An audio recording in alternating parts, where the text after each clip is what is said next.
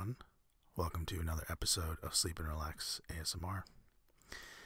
This is a special holiday edition, and the voice you will be hearing is Lori, who is a fan and listener of the show, and she'll be reading A Christmas Carol by Charles Dickens. So we thought it'd be nice to introduce a different voice and to have a listener contribute to the show. So thanks to Lori for actually doing these, and I'm sure you guys will love them. So let's get started. Hello, everyone. We're going to be listening to a reading of A Christmas Carol by Charles Dickens. This is a beloved classic that we all enjoy at this time of year, and we thought this would be a fun idea to do a reading of Charles Dickens' A Christmas Carol. So let's get started. Chapter 1, Marley's Ghost. Marley was dead to begin with. There is no doubt whatever about that. The register of his burial was signed by the clergyman, the clerk, the undertaker, and the chief mourner. Scrooge signed it, and Scrooge's name was good upon change for anything he chose to put his hand to. Old Marley was as dead as a doornail. Mind, I don't mean to say that I know of my own knowledge what there is particularly dead about a doornail. I might have been inclined myself to regard a coffin nail as the deadest piece of ironmongery in the trade.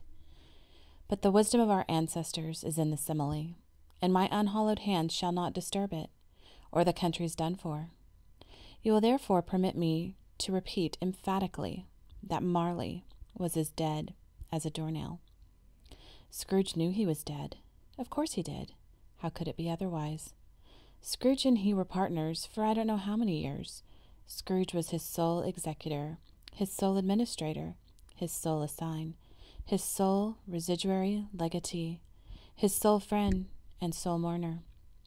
And even Scrooge was not so dreadfully cut up by the sad event, but that he was an excellent man of business on the very day of the funeral, and solemnized it with an undoubted bargain. The mention of Marley's funeral brings me back to the point I started from. There is no doubt that Marley was dead. This must be distinctly understood, or nothing wonderful can come of the story I'm going to relate. If we were not perfectly convinced that Hamlet's father died before the play began, there would be nothing more remarkable in his taking a stroll at night in an easterly wind upon his own ramparts than there would be in any other middle-aged gentleman rashly turning out after dark in a breezy spot, say St. Paul's churchyard, for instance, literally to astonish his son's weak mind. Scrooge never painted out old Marley's name. There it stood, years afterwards, above the warehouse door, Scrooge and Marley. The firm was known as Scrooge and Marley. Sometimes people new to the business called Scrooge, Scrooge, and sometimes Marley, but he answered to both names. It was all the same to him. Oh, but he was a tight-fisted hand at the grindstone, Scrooge, a squeezing, wrenching, grasping, scraping, clutching, covetous old sinner, hard and sharp as flint, from which no steel had ever struck out generous fire, secret and self-contained, and solitary as an oyster. The cold within him froze his old features, nipped his pointed nose, shriveled his cheek, stiffened his gait, made his eyes red.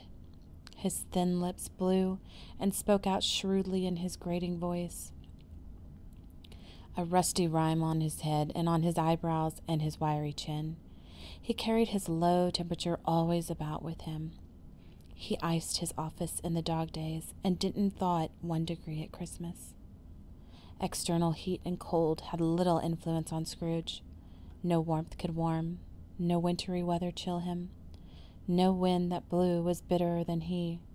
No falling snow was more intent upon its purpose. No pelting rain less open to entreaty. Foul weather didn't know where to have him. The heaviest rain and snow and hail and sleet could boast of the advantage over him in only one respect.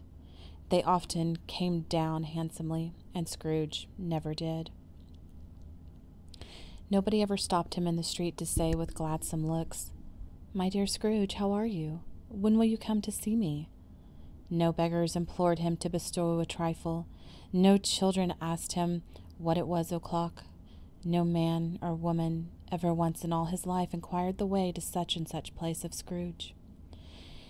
Even the blind men's dogs appeared to know him, and when they saw him coming on, would tug their owners into doorways and up courts, and then would wag their tails as though they said, "No eye at all is better than an evil-eyed dark master."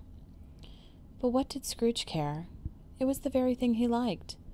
To edge his way along the crowded paths of life, warning all human sympathy to keep its distance, was what the knowing ones call nuts to Scrooge. Once upon a time, of all the good days in the year on Christmas Eve, old Scrooge sat busy in his counting house. It was cold, bleak, biting weather, foggy withal, and he could hear the people in the court outside go wheezing up and down, beating their hands upon their breasts and stamping their feet upon the pavement stones to warn them. The city clocks had only just gone 3, but it was quite dark already. It had not been light all day, and candles were flaring in the windows of the neighboring offices, like ruddy smears upon the palpable brown air. The fog came pouring in at every chink and keyhole, and was so dense without that although the court was of the narrowest, the houses opposite were mere phantoms. To see the dingy cloud come drooping down, obscuring everything, one might have thought that nature lived hard by, and was brewing on a large scale. The door of Scrooge's counting-house was open, that he might keep his eye upon his clerk, who in a dismal little cell beyond a sort of tank was copying letters. Scrooge had a small fire, but the clerk's fire was so much very smaller that it looked like one coal.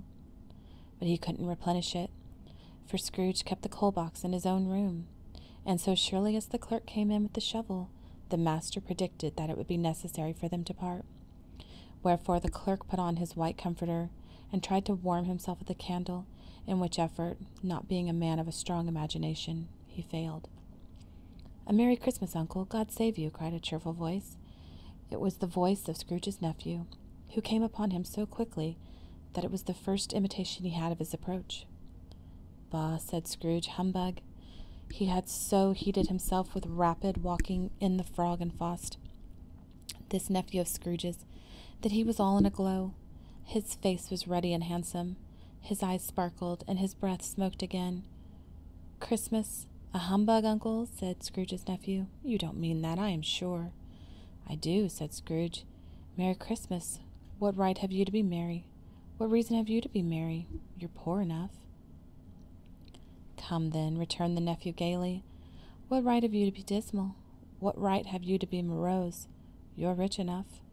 Scrooge, having no better answer ready on the spur of the moment, said "bah" again, and followed it up with "humbug." "Don't be cross, Uncle," said the nephew. "What else can I be?" returned the uncle, "when I live in such a world of fools as this? Merry Christmas, out upon Merry Christmas. What's Christmas time to you but a time for paying bills without money, a time for finding yourself a year older, but not an hour richer, a time for balancing your books and having every item in 'em round a dozen of months presented dead against you. If I could work my will," said Scrooge indignantly, "every idiot who goes about with Merry Christmas on his lips should be boiled with his own pudding and buried with a stake of holly through his heart. He should." "Uncle," pleaded the nephew. "Nephew," returned the uncle sternly, "keep Christmas in your own way and let me keep it in mine." "Keep it," repeated Scrooge's nephew, "but you don't keep it." "Let me leave it alone then," said Scrooge. "Much good may it do you, much good it has ever done you." "There are many things from which I might have derived good, by which I have not profited, I dare say," returned the nephew, "Christmas among the rest. But I am sure that I have always thought of Christmas time, when it has come round, apart from the veneration due to its sacred name and origin, if anything belonging to it can be apart from that, as a good time, a kind, forgiving, charitable, pleasant time, the only time I know of in the long calendar of the year, when men and women seem by one constant to open their shut-up hearts freely, and to think of people below them as if they really were fellow passengers to the grave, and not another race of creatures bound on other journeys. And therefore, Uncle, though it has never put a scrap of gold or silver in my pocket, I believe that it has done me good, and will do me good, and I say God bless it." The clerk in the tank involuntarily applauded.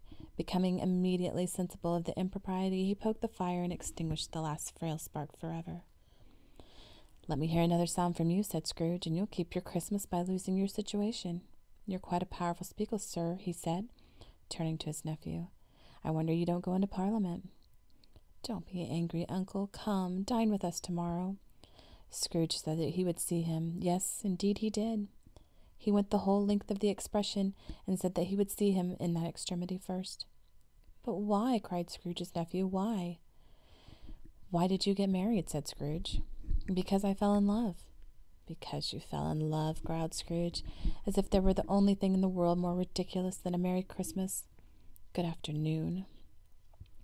"Nay, Uncle, but you never come to see me before that happened. Why give it a reason for you not coming now?" "Good afternoon," said Scrooge.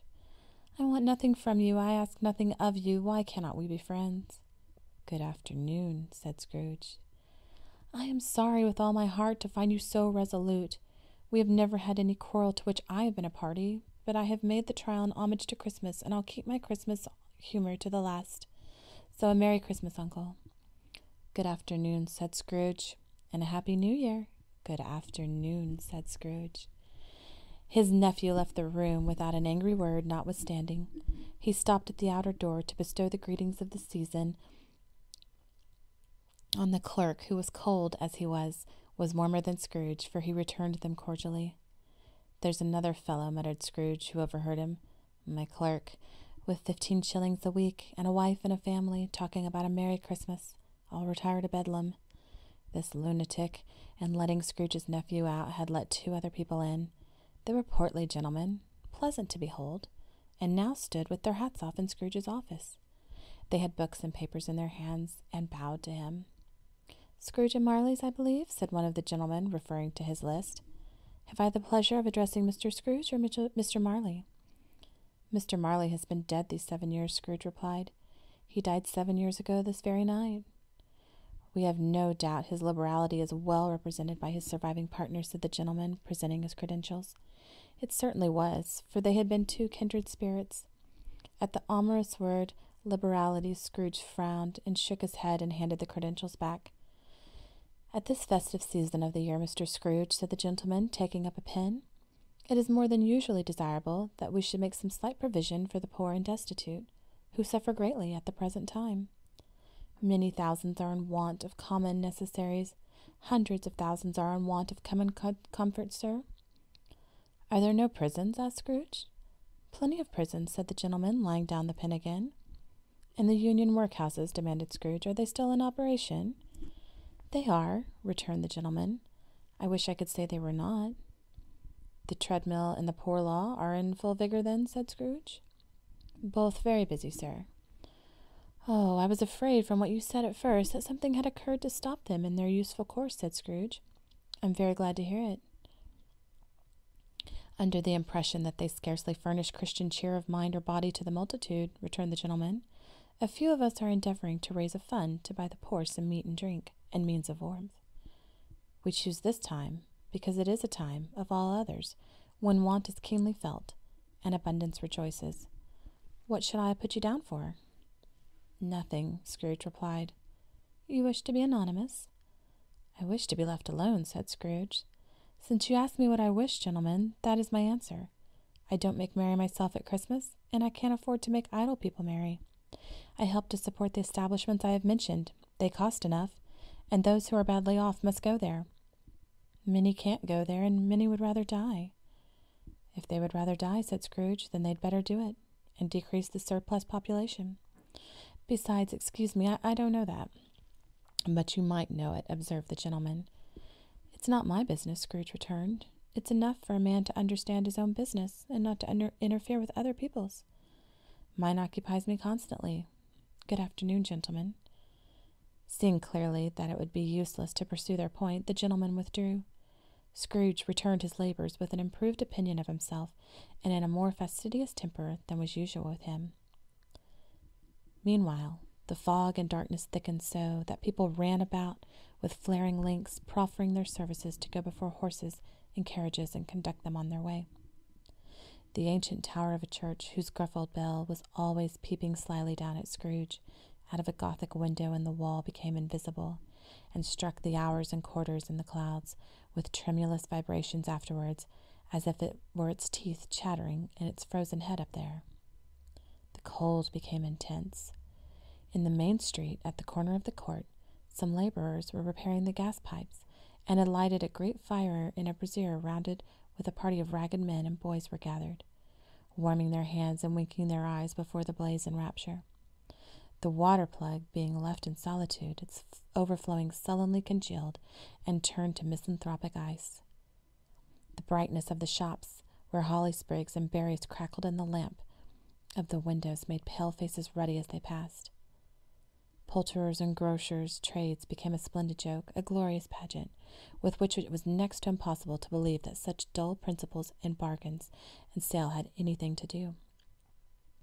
The Lord Mayor, in the stronghold of the mighty mansion house, gave orders to his 50 cooks and butlers to keep Christmas as a Lord Mayor's household should, and even the little tailor, whom he had fined 5 shillings on the previous Monday for being drunk and bloodthirsty in the streets, stirred up tomorrow's pudding in his garret, while his lean wife and the baby sallied out to buy the beef.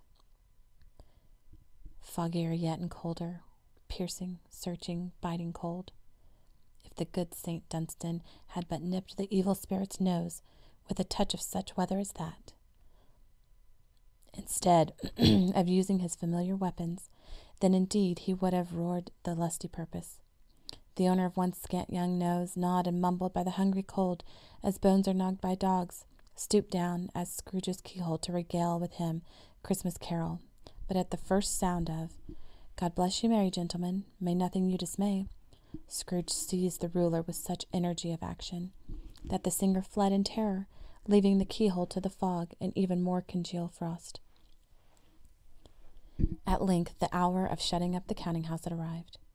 With an ill-willed Scrooge dismounted from his stool and tactily admitted the fact to the expectant clerk in the tank, who instantly snuffed his candle out and put on his hat.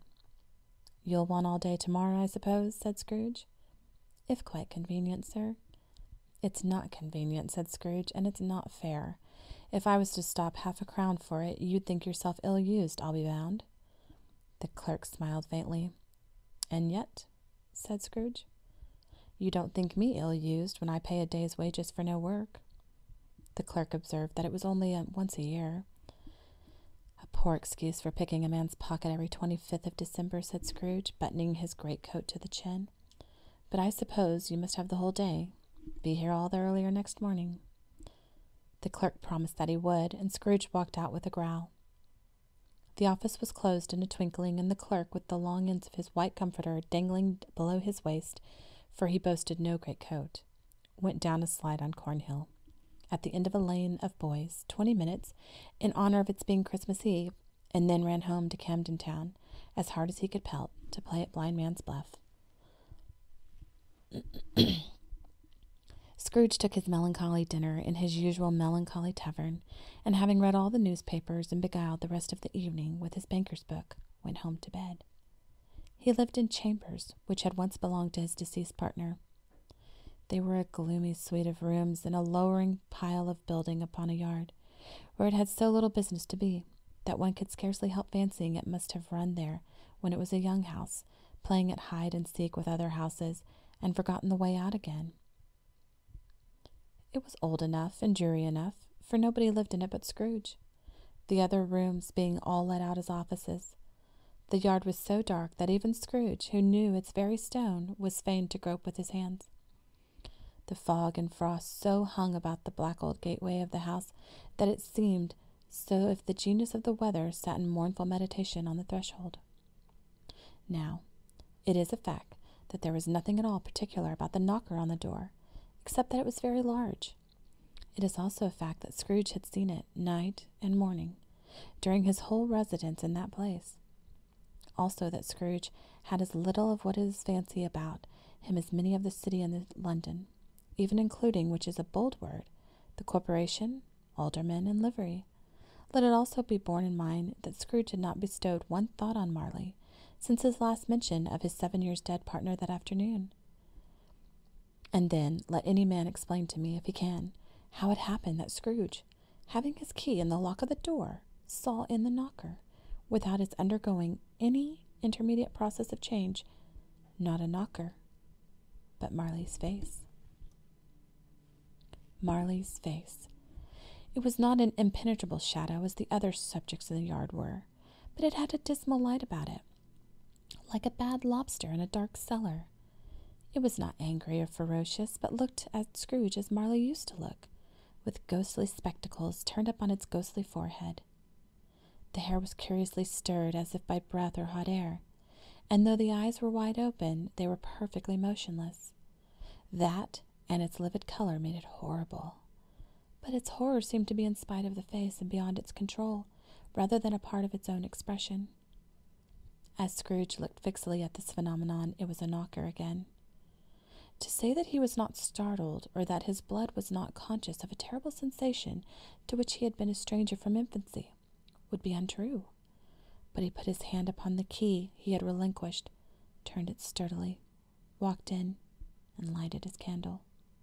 He did pause with a moment's irresolution before he shut the door, and he did look cautiously behind it at first, as if he half expected to be terrified with the sight of Marley's pigtail sticking out into the hall. But there was nothing on the back of the door except the screws and nuts that held the knocker on, so he said pooh-pooh and closed it with a bang. The sound resounded through the house like thunder. Every room above and every cask in the wine merchant cellars below appeared to have a separate peal of echoes on its own. Scrooge was not a man to be frightened by echoes. He fastened the door and walked across the hall and up the stairs, slowly too, trimming his candle as he went. You may talk vaguely about driving a coach and six up a good old flight of stairs, or through a bad young Act of Parliament, but I mean to say you might have got a hearse up that staircase and taken it broadwise, with the splinter bar towards the wall and the door towards the balustrades, and done it easy.